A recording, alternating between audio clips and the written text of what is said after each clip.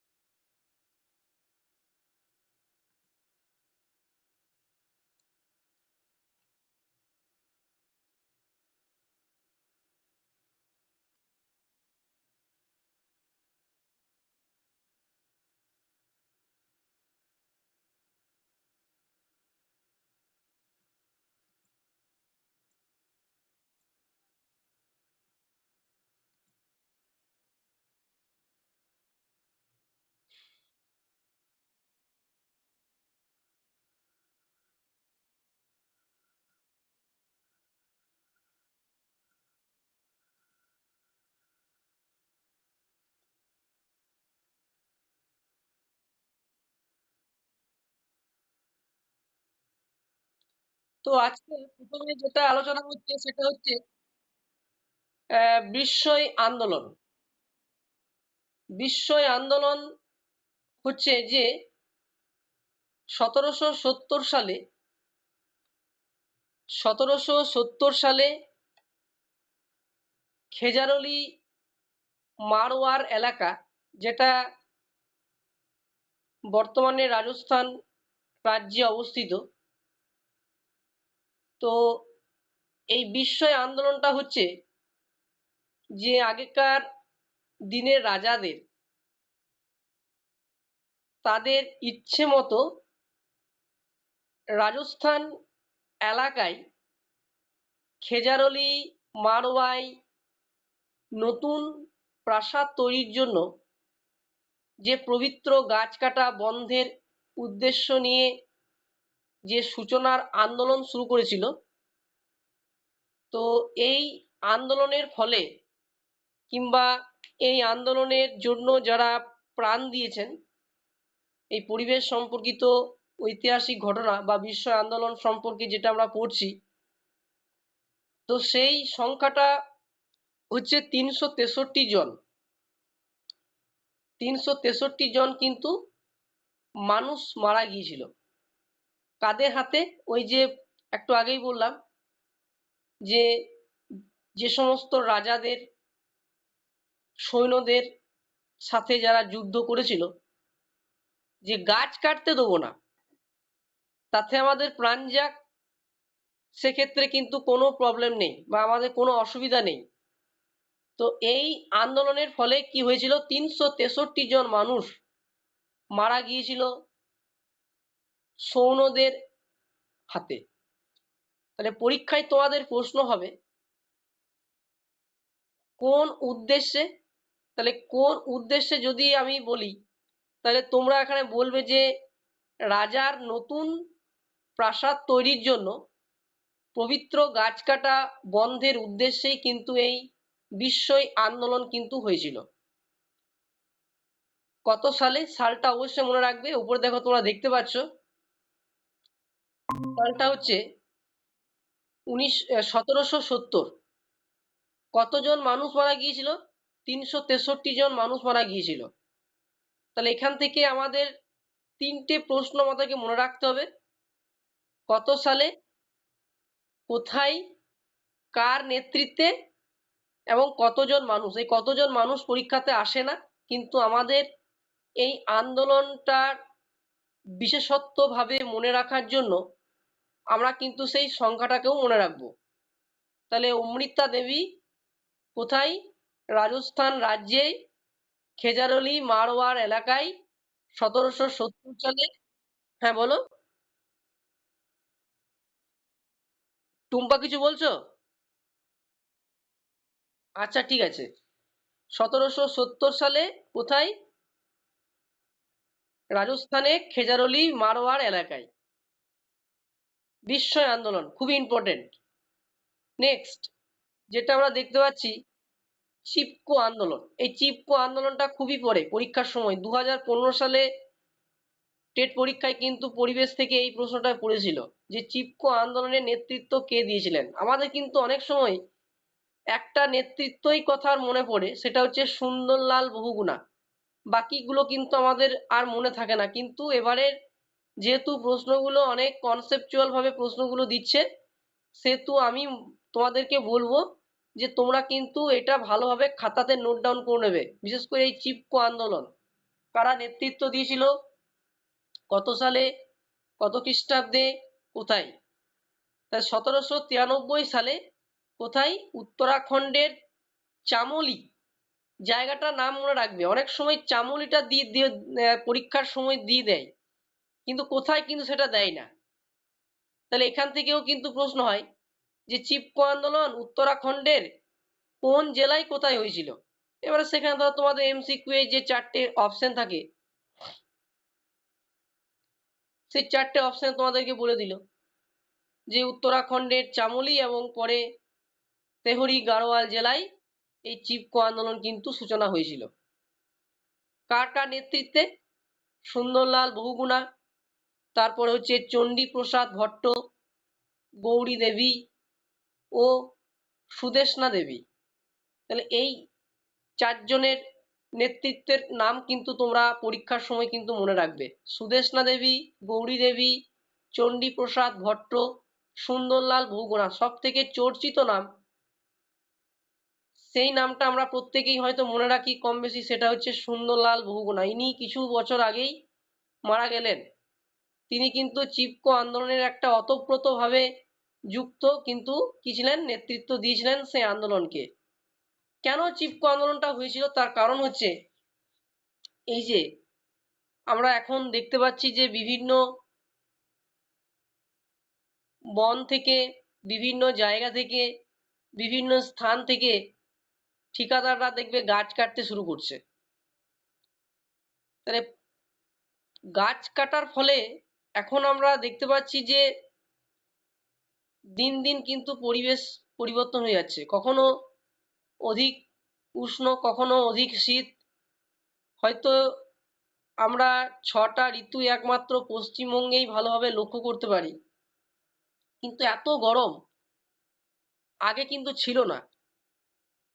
কেন এই গরম হচ্ছে? কার কারণ হচ্ছে যে এই যে ঠিকাদারদের কাজ হচ্ছে যে সেই জায়গায় বসতি বানানো, সেই জায়গায় কিছু ফ্ল্যাট বানানো, কিছু নতুন নতুন প্রজেক্ট বানানো। তো সেই ঠিকাদারদের হাত থেকে সুন্দরলাল বহুগুণা, চণ্ডীপ্রসাদ ভট্ট, গৌরী দেবী, সুদেষ্ণা দেবী, এনারা কি করলেন? প্রতিজ্ঞাবদ্ধ হলেন পরস্পরকে যে আমরা কোনোভাবেই পৃথিবীর বুক থেকে কোনো রকম ভাবেই কিন্তু কাউকেই গাছ কাটতে দেবো না। এই যে এনারা যখন প্রতিজ্ঞাবদ্ধ হয়ে গেলেন পরস্পরের থেকে, তখনই কিন্তু সে আন্দোলন শুরু হয়ে গেল। ঠিকাদারদের একদিকে নেতৃত্ব, একদিকে সুন্দরলাল বহুগুণা নেতৃত্ব। তবে সব থেকে বেশি ইন্টারেস্টিং হচ্ছে যে এদের মধ্যে সব থেকে বাঁচিয়েছিলেন, এই চিপকো আন্দোলনের রক্ষাকর্তা ছিলেন, তিনি হচ্ছেন সুন্দরলাল বহুগুণা। বাকিদের নাম আমি কেন বললাম যে তোমরা মনে রাখবে, তার কারণ হচ্ছে যে পরীক্ষার সময় যেহেতু প্রশ্নগুলো এমনভাবে হয় যে হয়তো দিয়ে দিল যে চিপকো আন্দোলনের সাথে যুক্ত চণ্ডীপ্রসাদ ভট্ট কত সালে আন্দোলনের সাথে জড়িত ছিলেন। তাহলে হয়তো সুন্দরলাল বহুগুণার নামটা হয়তো আমরা জানি, বাকি নামগুলো হয়তো আমরা জানি না। তো সেক্ষেত্রে কিন্তু তোমরা বাকি নামগুলো মনে রাখবে, কিন্তু প্রধান নেতা হচ্ছেন সুন্দরলাল বহুগুণা। এই আন্দোলনের মূল উদ্দেশ্য হচ্ছে যে ঠিকাদারদের হাত থেকে হিমালয়ের পাদদেশে, আমরা জানি যে হিমালয়ের খুব দামি দামি ভালো ভালো কাঠ পাওয়া যায় এবং সেই কাঠগুলো চোরদের হাত থেকে রক্ষা করার জন্য, মানে এখানে আমরা চোরদের হাত থেকে রক্ষা করার কথা বলছি একমাত্র ঠিকাদারদের। তো এই ঠিকাদারদের হাত থেকে কিন্তু সেই গাছগুলোকে বাঁচানোর কিন্তু মূল উদ্দেশ্য ছিল একমাত্র আমাদের প্রধান নেতা চিপকো আন্দোলনের, ইনি হচ্ছেন Sundarlal Bahuguna. Next, Silent Valley. Silent ভ্যালির নাম তোমরা আগে শুনেছ? কোথায় অবস্থিত বলো তো সাইলেন্ট ভ্যালি?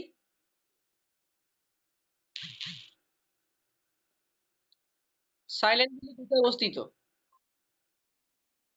কেরালা। কেরালার আমরা বলে দিই কিন্তু কোথায়, স্থানটার নাম কিন্তু পরীক্ষার সময় দেয়, কেরালা কিন্তু দেয় না। পালাকর, মনে থাকবে? কোথায় বললাম যে কেরালা রাজ্যের পালাকর জায়গায়, এই স্থানটা মনে রাখবে। সাল হচ্ছে 1978। খুবই ভেরি ভেরি ইম্পর্টেন্ট একটা প্রশ্ন। খাতাতে যখন প্রত্যেকেই নোট ডাউন করবে তখন বিশেষত তোমরা চিপকো আন্দোলন, সাইলেন্ট ভ্যালি, এই নামগুলো কিন্তু তোমরা কিন্তু মনে রেখে দেবে। নেতৃত্ব দিয়েছিলেন কেরালা শাস্ত্র সাহিত্য পরিষদ কবি সুগাথা কুমারী, এবং তার সাথে অন্যান্যরাও ছিলেন, সেই জন্য এখানে লিখে দিয়েছে প্রমুখ। তাহলে তোমরা মনে রাখবে যে কত সাল, কোথায়, কে নেতৃত্ব দিয়েছিলেন। এবার আমরা কেন সাইলেন্ট ভ্যালি আন্দোলন হয়েছিল তার কারণ জানবো। তার কারণ হচ্ছে যে আমরা জানি যে ভারতবর্ষ হচ্ছে চিরহরিত বনভূমির দেশ, নিরক্ষীয় চিরসবুজ অরণ্যে ঢাকা। তো এই চিরহরিত গাছ আমরা জানি যে চিরহরিত গাছের মধ্যে প্রধান প্রধান গাছ হচ্ছে শাল, সেগুন, শিরীষ। তো এই সমস্ত গাছগুলো কেটে সেই অঞ্চলে জলবিদ্যুৎ বানিয়ে দিচ্ছে। কারা বানাচ্ছে? কেরালার সরকার। সেই সময় 1978, দেশ স্বাধীনতা লাভ করেছে 1945-এ। তখন কি করছে যে সেখানকার সরকার চিরহরিত সাইলেন্ট ভ্যালি অঞ্চলের গাছ কেটে জলবিদ্যুৎ প্রকল্প গড়ে তুলছে। কেন গড়ে তুলছে? তার কারণ সেখানে জায়গা প্রচুর, সেই জায়গা কেটে জল প্রবেশ করিয়ে জলবিদ্যুৎ প্রকল্প গড়ে তুলব। কিন্তু এই যে একটু আগেই আমি নাম বললাম যে কেরালার শাস্ত্র সাহিত্য পরিষদ কবি সুগাথা কুমারী, ইনি কিন্তু এই সাইলেন্ট ভ্যালির বিরুদ্ধে কিন্তু যুদ্ধ করেছিলেন বা আন্দোলন করেছিলেন। ইনি বলেছিলেন না, গাছ কেটে কখনোই কিন্তু সেখানে কোনো প্রকল্প করা যাবে না। সেই জন্যই কিন্তু এই আন্দোলনটার নাম হয় সাইলেন্ট ভ্যালি আন্দোলন। ওকে, নেক্সট, জঙ্গল বাঁচাও আন্দোলন। জঙ্গল বাঁচাও আন্দোলন পরীক্ষার সময় তোমাদের পড়ে না, একদম ফার্স্ট কথাই তোমাদের বলে দিলাম। তাও একটু দেখে যাবে, সালটা দেখে যাবে, কোথায় হয়েছিল এবং নেতৃত্ব কে দিয়েছিলেন। নেতৃত্ব দেয় না, সাধারণত নেতৃত্বই দিয়েছিলেন যে বিহারের সিংভূম জেলায় যারা আদিবাসীরা ছিলেন, হয়তো সিংভূম, মানকর, এই সমস্ত এলাকায় একমাত্র আদিবাসীরাই বসবাস করেন। এখানে কিন্তু কোনো ব্যক্তির নাম কিন্তু নির্দিষ্টভাবে দেয়নি, সেই জন্যই ওখানে নেতৃত্ব ক্ষেত্রে প্রশ্ন হবে না। সেক্ষেত্রে তোমাদের এখান থেকে প্রশ্ন হবে যে কত সাল? 1982, স্থান বিহারের সিংভূম জেলায়। কিসের জন্য জঙ্গল বাঁচাও আন্দোলন হয়েছিল? শাল গাছের জঙ্গল কাটা বন্ধ করার জন্য। এখানেও সেই একই ব্যাপার। আমরা আজকে যতগুলোই পড়ছি কিনা, আজকে আমরা যে টপিকটাই আমরা আজকে পড়ছি, সেই টপিকটার নাম প্রথমেই তোমরা দেখলে যে পরিবেশ সম্পর্কিত ঐতিহাসিক ঘটনা, মানে পরিবেশের প্রধান যেটা গাছ, এই গাছ কাটার বিরুদ্ধে এই সমস্ত আন্দোলনগুলো। তো ওনারা বলছেন যে শাল গাছের জঙ্গল, আমরা জানি যে বিহারের সিংভূম, রাঁচি, এই সমস্ত জায়গাগুলোতে দেখবে প্রচুর শাল গাছ, সেগুন গাছের বনভূমি দেখা যায়। ওদেরও একই রকম তথ্য যে শাল গাছের জঙ্গল কেটে সরকার সেই বনভূমিগুলো শেষ করে দিচ্ছে। তখন বিহারের সিংভূম জেলার আদিবাসীরা কি করলেন? সেই গাছ কাটাকে কিভাবে বন্ধ করা যায়, পরিবেশকে কিভাবে বাঁচানো যায় অবক্ষয়ের বিরুদ্ধে, তার জন্য তারা আন্দোলন করতে শুরু করলেন। এই আন্দোলনের আমরা নাম দিলাম জঙ্গল বাঁচাও আন্দোলন। নেক্সট, আপ্পিকো আন্দোলন। আপ্পিকো আন্দোলনটাও পরীক্ষায় খুব ইম্পর্টেন্ট। সালটা দেখে নাও, 1983। প্রত্যেক সালগুলো কিন্তু মনে রাখবে। স্থান হচ্ছে কর্ণাটক জেলায়। কোথায়? কর্ণাটকে উত্তর কান্নাডা শিমোগো জেলা, মানে কর্ণাটক রাজ্যের শিমোগো জেলার অন্তর্ভুক্ত উত্তর কান্নাডা একটা স্থানে নেতৃত্ব দিয়েছিলেন আমরা দেখতে পাচ্ছি যে পান্ডুরাম হেগড়ে, বা এখানে দেওয়া আছে পান্ডুরং হেগড়ে। পরীক্ষার সময়ও দিয়ে দেয় যে পান্ডুরাম হেগড়ে অথবা পান্ডুরং হেগড়ে, যেটাই থাকুক না কেন তোমরা কিন্তু নাম শুনেই হয়তো বুঝতে পারবে যে আপ্পিকো আন্দোলনের নেতৃত্ব দেওয়ার প্রধান নেতা। কেন আপ্পিকো আন্দোলন হয়েছিল? একই ব্যাপার, যে প্রাকৃতিক জঙ্গল রক্ষার উদ্দেশ্যেই এই আন্দোলন গঠিত হয়েছিল। সেখানেও প্রচুর বনভূমি, কারণ আমরা জানি যে কর্ণাটক, কেরালা, উত্তরপ্রদেশ, এই সমস্ত রাজ্যের কিন্তু বনভূমির ভাগ আমাদের পশ্চিমবঙ্গের তুলনায় অনেকটাই বেশি। তো তোমরা একটা প্রশ্ন আমাকে বলবে যে প্রকৃতিতে কত শতাংশ বনভূমি পৃথিবীকে আচ্ছাদন করে আছে? 20%, 50%, 80%, না 90%? সঠিক উত্তর কি হবে?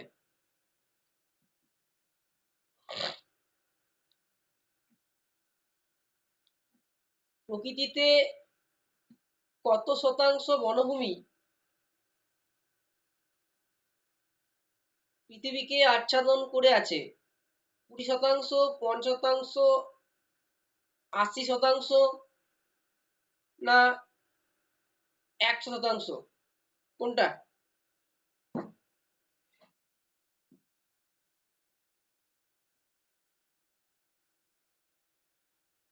সঠিক উত্তর কি হবে?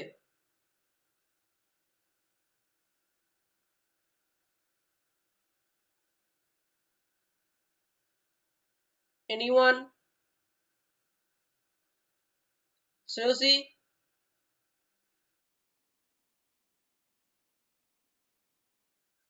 আচ্ছা, আমি বললাম যে প্রকৃতিতে কত শতাংশ বনভূমি পৃথিবীকে আচ্ছাদন করে ধরে আছে? অপশন গুলো হচ্ছে 20%, 50%, 80%, না 90%? কোনটা?